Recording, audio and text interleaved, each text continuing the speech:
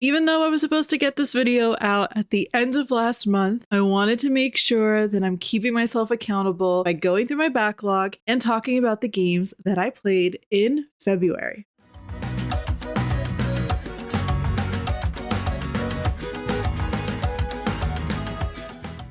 Kyo, welcome back to Cozybichota. If you're new here, my name is Natalia, and if you're not, bienvenido. February was a little bit slower for me in terms of my backlog because of Steam's Next Fest, as well as the fact that Hello Kitty Island Adventure came out and took over my life. So to start off this video, I do want to talk about the games from my backlog that I was able to finish, as well as mention some games from Steam's Next Fest that really stood out to me, as well as the ones that didn't quite hit the mark. So let's jump right into the games from my backlog. First, Hello Kitty Island Adventure finally released, and I was hooked. Now, it released at the very end of January, which meant that I played it the most during February, and I have a whole review video up, so I won't go into too much details since that video does a much better job. But what I will say is, if you are a fan of games that have a little bit of Animal Crossing, because this game I would not label as Animal Crossing, but games like Cozy Grove or Disney Dreamlight Valley, where there are things that you have to do daily and quests to do to unlock more friendship points with the different characters, then I think you'll like Hello Kitty Island Adventure. Have fun with all the different Sanrio characters, create your own character of your own, complete daily quests, and get to adventure throughout the different areas of the map in this beautiful game. Next up, we have Teacup. And now Teacup is a game that I started playing a very long time ago, stopped it, and forgot about it for a little bit. It is a very short game, and I had so much fun playing it. In Teacup, you are playing as this shy frog in a adventure narrative style game where you are trying to find all the ingredients necessary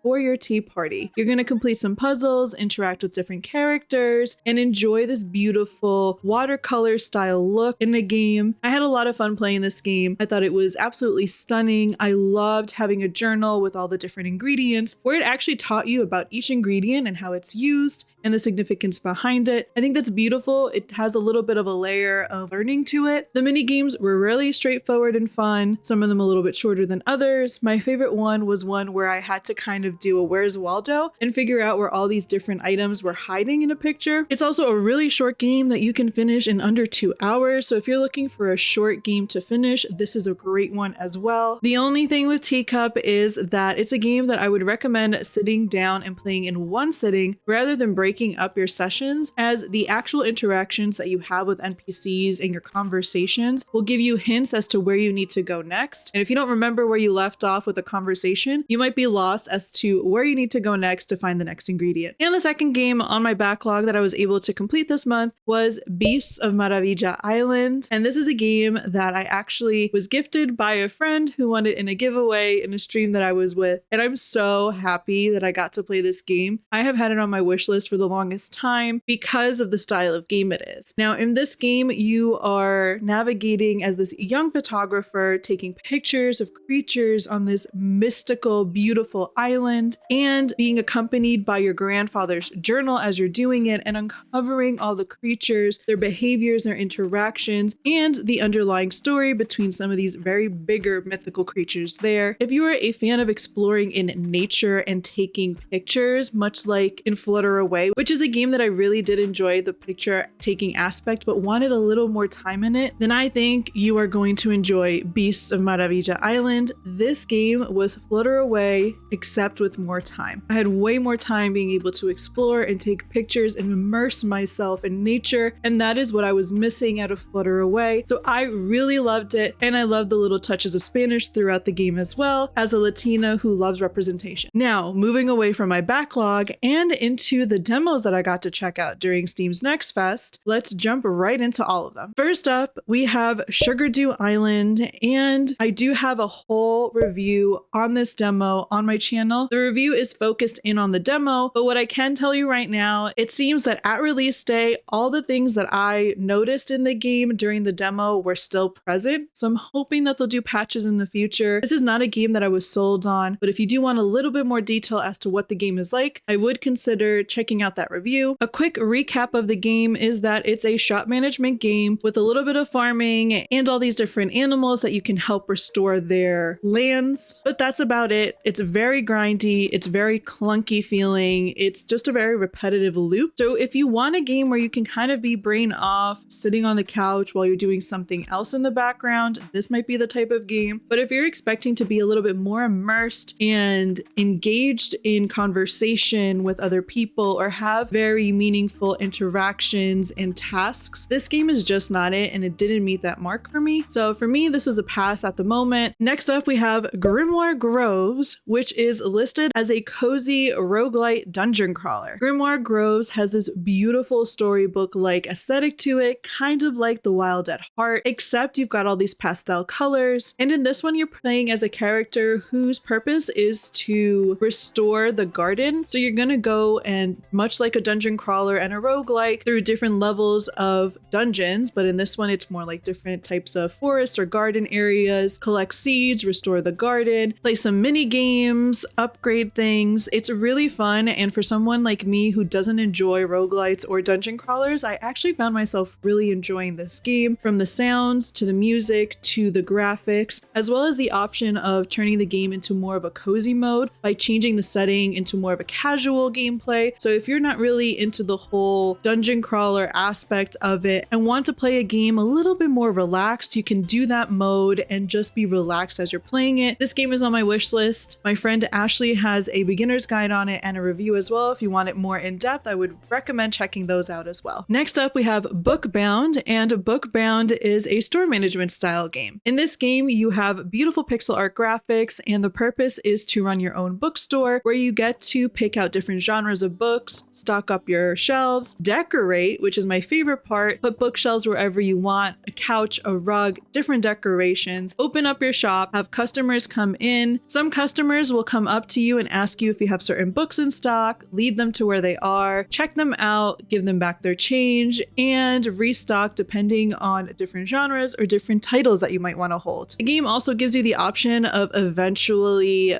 writing your own book and selling your own book and picking a genre for it as well, which I think is a nice creative touch. And there are some mini games that you can play in order to attract more customers into the shop. The mini game was a little bit hard for me, or something that I need to practice a little bit more, where it required me to press multiple buttons at once to try to attract all of the customers that were on the menu. But it's something that I think I could get over. The overall gameplay though was really fun and I really enjoyed it. So this game I know is at an affordable price of $6.99 with an introductory sale right now, which I don't know how long it'll last, but it is on my wish list and one I'm really considering getting right now. Next up, we have Cattle Country. And as someone who loves farming sims, I really wanted to check this game out, from the pixel art style and the fact that it's taking place in a more ranch style setting. Cattle Country is a typical farming sim. You're going to grow your crops, sell them, interact with different NPCs, go to the mines, and the mining mechanic in this game is different, where you are traveling further down into the mines, building ledges and using ropes and ladders to bring yourself back up, rather than like a typical elevator system. It kind of felt a little bit like in Minecraft, where you can keep kind of digging down and then you have to like hoist yourself back up. But this game didn't sell me 100%. I found myself a little bit lost. I did not like the map at all. You couldn't figure out what shop was what, hovering over it. It didn't have like the list of characters on there or show you where they are on the map. So it was lacking that, which made it really frustrating to play, as well as it just seemed like a typical farming sim. Nothing that stood out as other farming sims tend to stand out. I know that there are other mini games in the future and possibly festivals and whatnot that will be brought into the game, so I'm wondering if at full release it'll feel different, but the demo just didn't sell me. Next, we have Whisper of the House, which I do have a video talking about this game, but basically think of unpacking but in a town version. So you get to go to all these different houses, help people unpack, learn their stories, and continue. The game has charming pixel art graphics, and I really did enjoy unpacking and putting things wherever I thought they should go, from one room to the next, which is really nice. You get to see the house as overall and then enter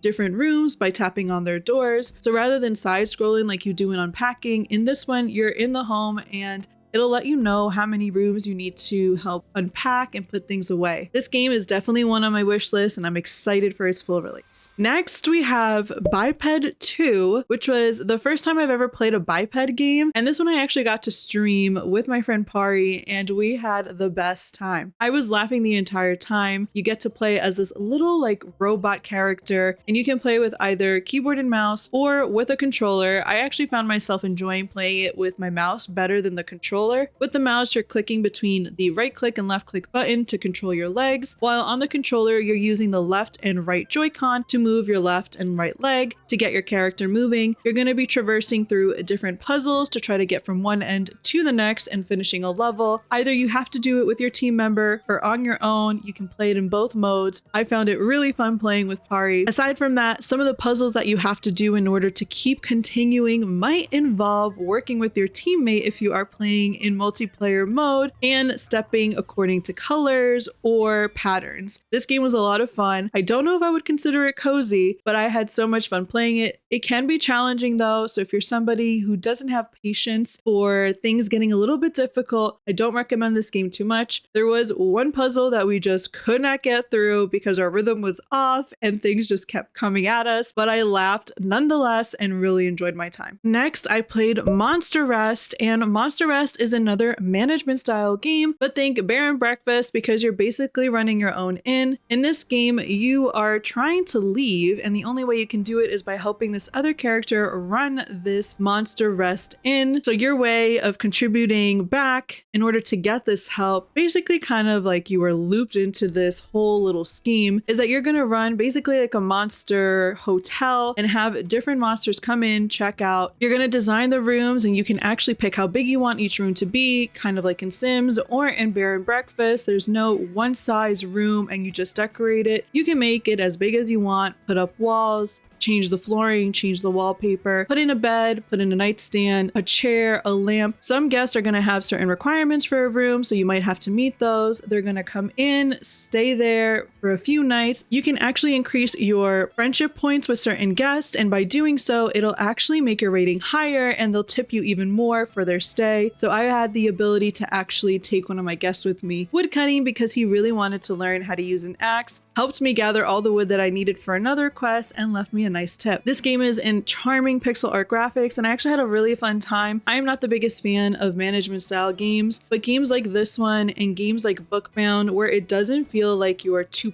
pressured to manage the shop, but there is still a lot that you can do at the same time, is really relaxing and really engaging. So this one is a game that I also have wishlisted. And last game of the Steam Next Fest demos is Grimshire. And Grimshire is another farming sim with a twist. You have been brought back from the capital where it seems that there was some sort of fighting and potential disease going on. So you and another character were survivors, but this story has another layer to it, which is where I would consider it more of a spooky, cozy game. You're going to farm, decorate your home, complete quests, but also contribute to the town by providing different crops to make sure that everybody in the town is fed. They also have different characters labeled as omnivores, carnivores, herbivores, so you need to make sure that you have the right type of supplies for the town so that each character is actually fed, which is where that twist can come in. There's also this idea of a plague that could come about, where this game turns into a little bit more of a spooky vibe to it. The mines in this game are like Core Keeper, where you axe away at the walls and you'll see them come down. And there's also another fun little twist with the mines, and I won't spoil it. I really do encourage checking out this demo. I had such a fun time, and normally I don't like things that have any sort of a feeling of spookiness to it, but this one is really well done. It's a game that's going to be coming out in early access, and I normally don't promote early access games. I'm not the biggest fan of early access games. I've had a few that I've